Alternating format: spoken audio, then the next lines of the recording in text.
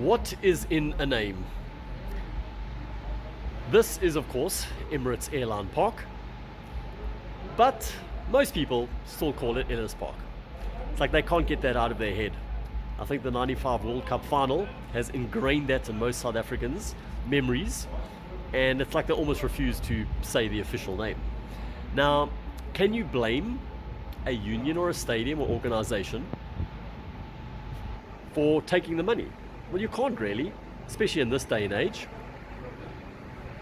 Money talks, and if you can get tens of millions for the naming rights, well, you're probably going to do it, aren't you?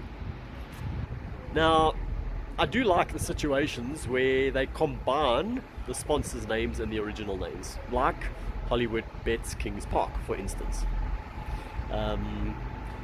It was DHL Newlands, then of course they moved to the Cape Town Stadium, which then became DHL Stadium, which I don't think many people were worried about. It's kind of a generic name in the first place and didn't really have history. Vodacom, from what I understand, do sponsor Loftus, but I remember a statement about the fact that it should just be called Loftus Versfeld, so good on them for that. And you think of other stadiums, well, recently the big controversy about Twickenham being renamed Allianz Stadium. Many English fans throwing their toys out the cot about that one. Why not call it Allianz Twickenham? You know, you also have Aviva Stadium, but you see, that was a new stadium, so people don't have a close connection with it, and they understand that if they don't sponsor it, you probably won't have a new one. I was actually doing a bit of research, and I remember the name BT Murrayfield, but on closer inspection, about a year ago, that was changed to Scottish Gas Murrayfield. So interesting, that one. But most stadiums these days have a stadium sponsor.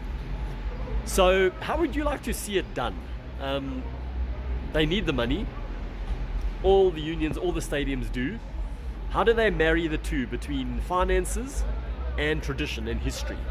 I'd love to get your opinion on that. And I'd also like to propose something else. I mean, this stadium, look at it. It's very impressive. The field's phenomenal. Huge capacity. And for tomorrow's Springbok game, I mean, it is what they need. They could probably sell it out twice, to be honest. People are still looking for tickets.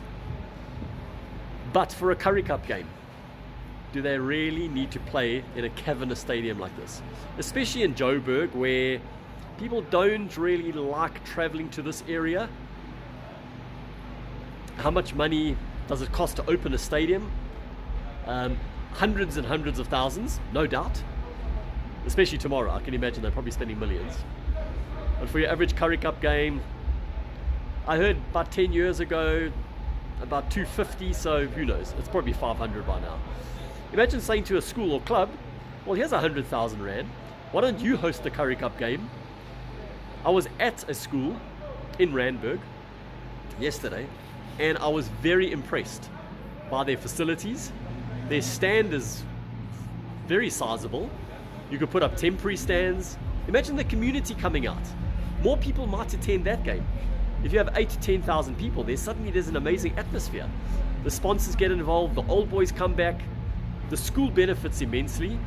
The players play somewhere else.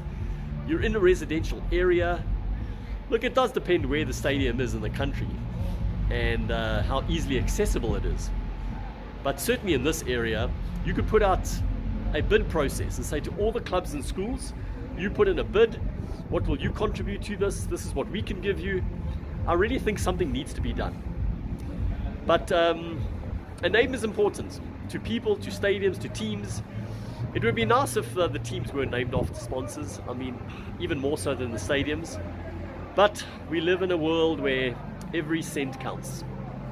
So I'd love to hear your opinion on the above and what interesting suggestions you might have. And of course, I'm holding this in my hands and I almost dropped it.